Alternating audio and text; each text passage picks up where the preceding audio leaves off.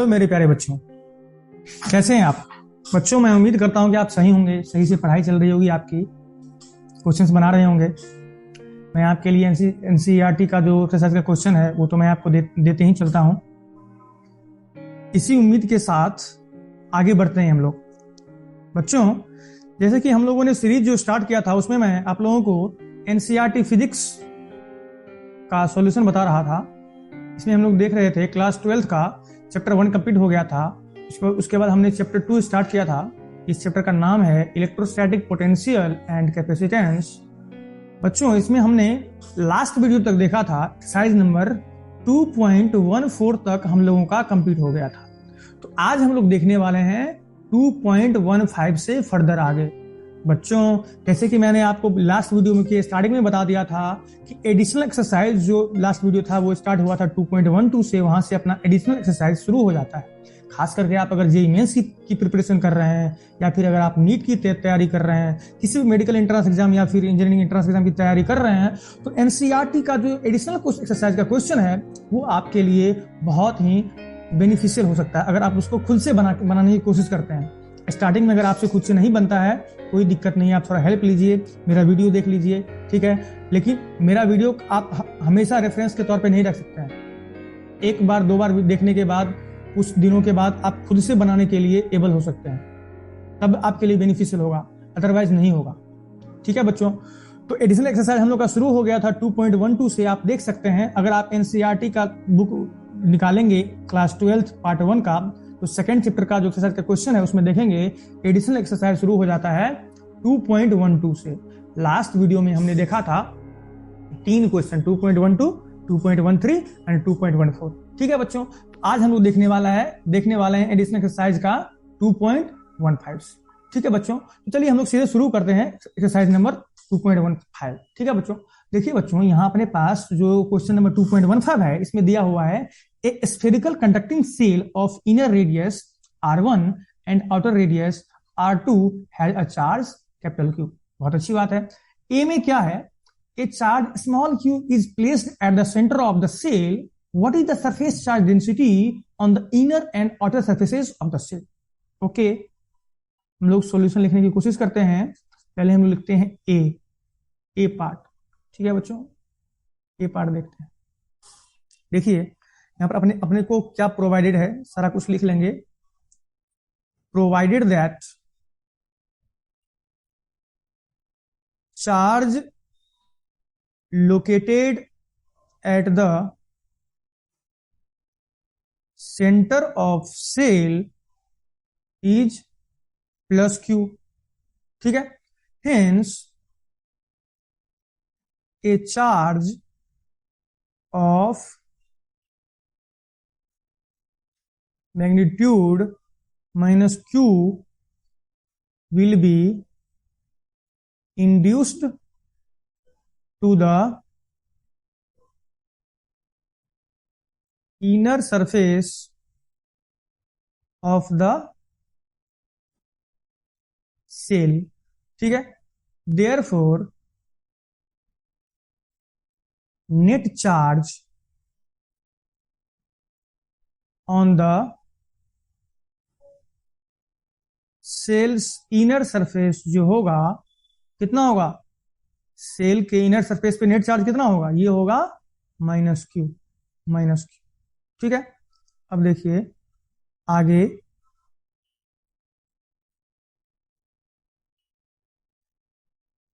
Surface charge density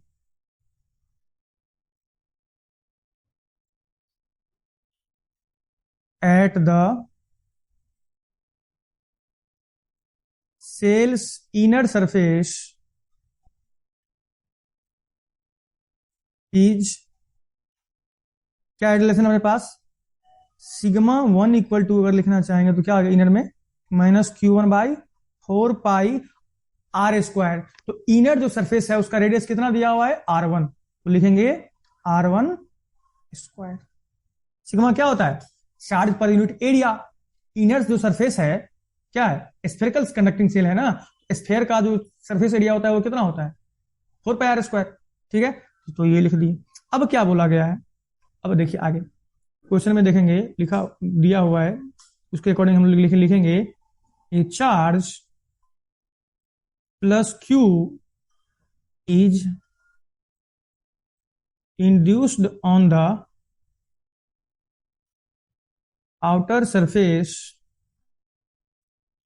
of the cell. A charge of magnitude plus q is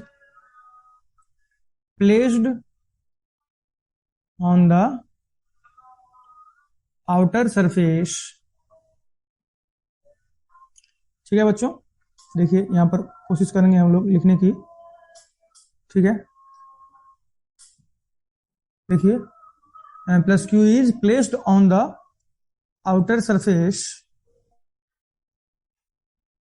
the cell. A charge of magnitude plus q is placed on the outer surface of the cell. Therefore,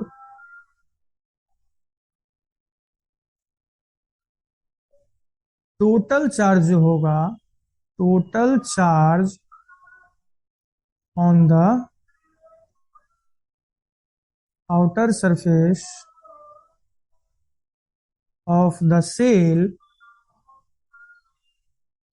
is कितना हो जाएगा total, plus ये capital q plus small q. ठीक है, हम लोग अगर लिखने की कोशिश करेंगे यहां पर surface charge density at the cell's outer surface कितना होगा, ये मान लीजिए इसको मैंने सिग्मा 2 ले लिया, तो ये कितना होगा, ये होगा minus q by 4 pi r square. तो आउटर सरफेस का यहां पर देखिए कितना दिया हुआ रेडियस R2, तो लिखेंगे कितना R2 का स्क्वायर। ठीक है बच्चों, ये हमसे पूछा जा रहा था। अब देखिए बी को हम लोग देखने की कोशिश करेंगे कि बी में अपने को क्या पूछा गया है। चलिए देखते हैं। Is the electric field inside a cavity, जहां पर चार्ज नहीं होता है, zero even if the cell is not spherical but has any irregular shape, explain करने को बोल रहा गया। देखिए तो इसमें ऑब्वियसली होगा यस, कारण लिखने की कोशिश करते हैं। यस लिखेंगे the electric field intensity is 0 inside a cavity even if the cell is not spherical and has any random shape। उसके बाद क्या करना है, take a closed circle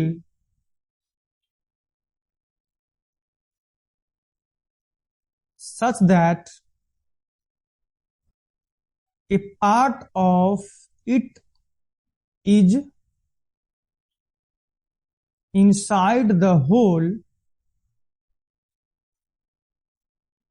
along a field line while the rest, जो बच जाएगा, while the rest is within the conductor, within the conductor। ठीक है, the network performed by the field in taking a test charge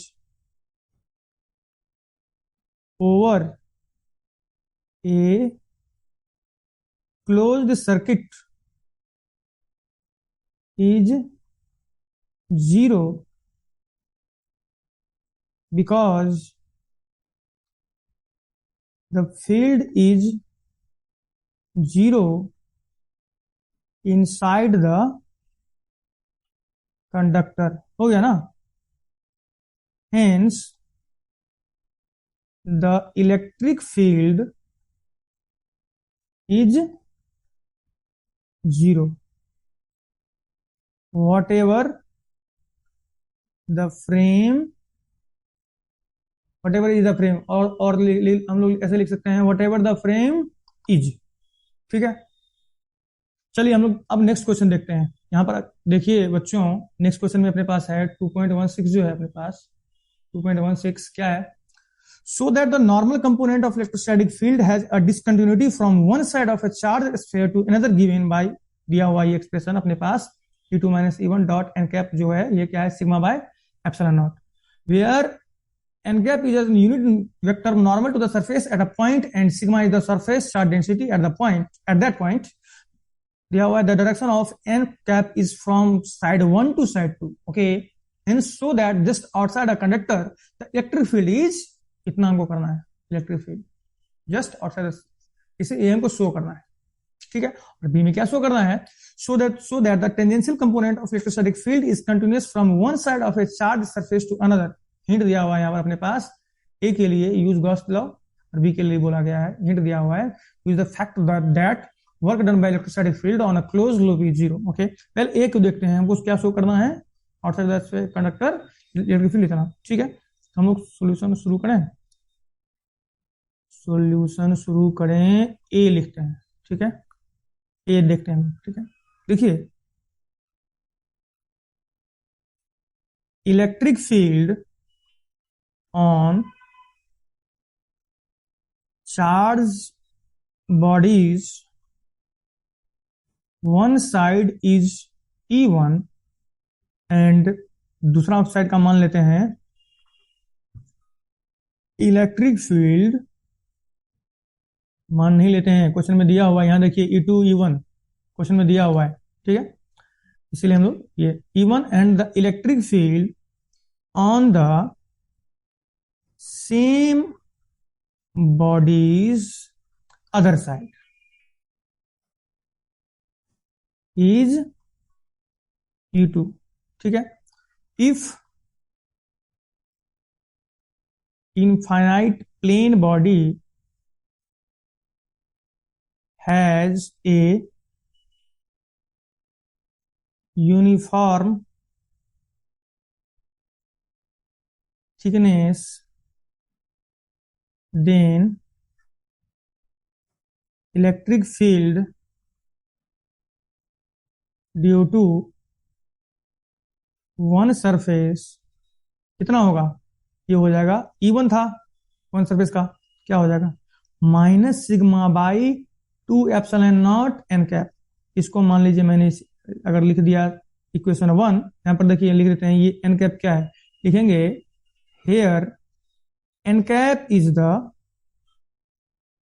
unit vector जो कि है normal to the surface at a point. ठीक है, और सिग्मा क्या है, sigma is the surface charge density at उसी पॉइंट पे, at that point.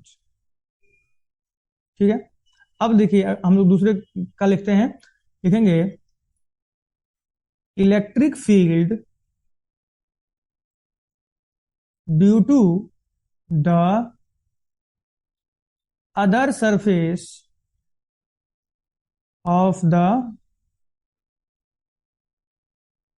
charged body E2 जो होगा वो कितना होगा minus sigma by 2 epsilon not n cap. इसको मान लीजिए मैंने लिख दिया इक्वेशन नंबर 2। यहां देखेंगे तो इलेक्ट्रिक फील्ड कितना हो जाएगा, लिखेंगे यहां से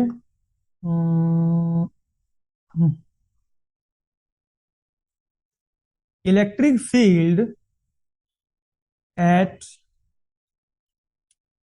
any point due to the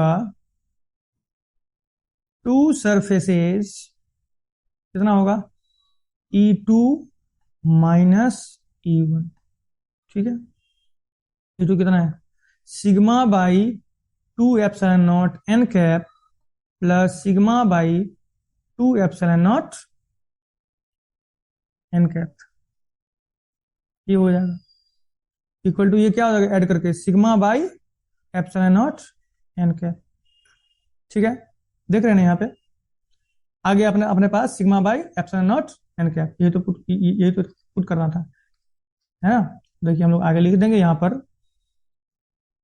मेरे पास ये आ गया ना, E2 minus E1 equal to sigma by epsilon not n cap. लिख देंगे E2 minus E1 dot N cap जो होगा कितना होगा, sigma by epsilon not n cap. और इनसाइड में क्या होगा, inside a closed conductor,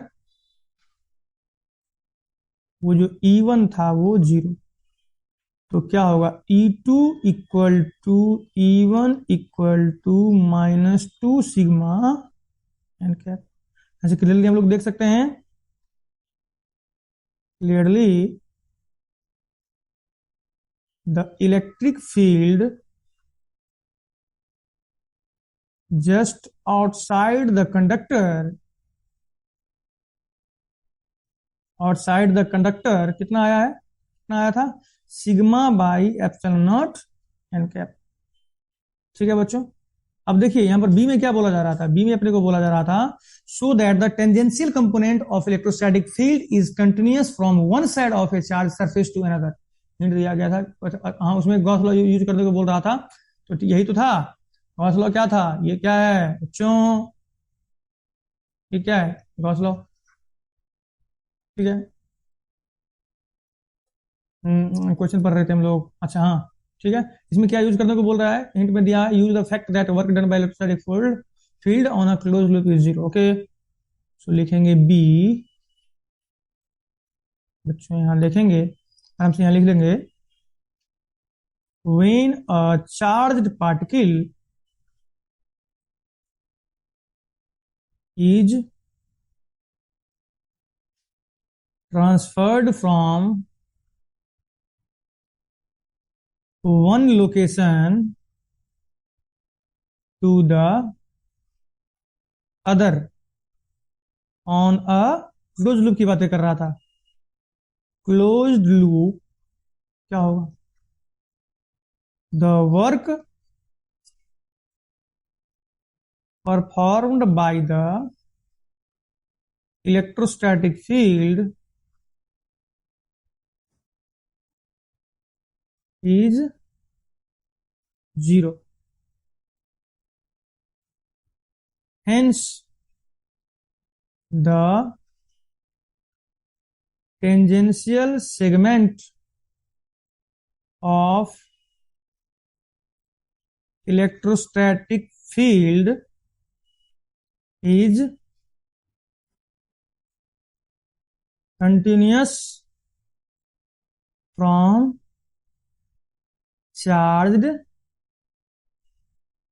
surfaces one side। ठीक है,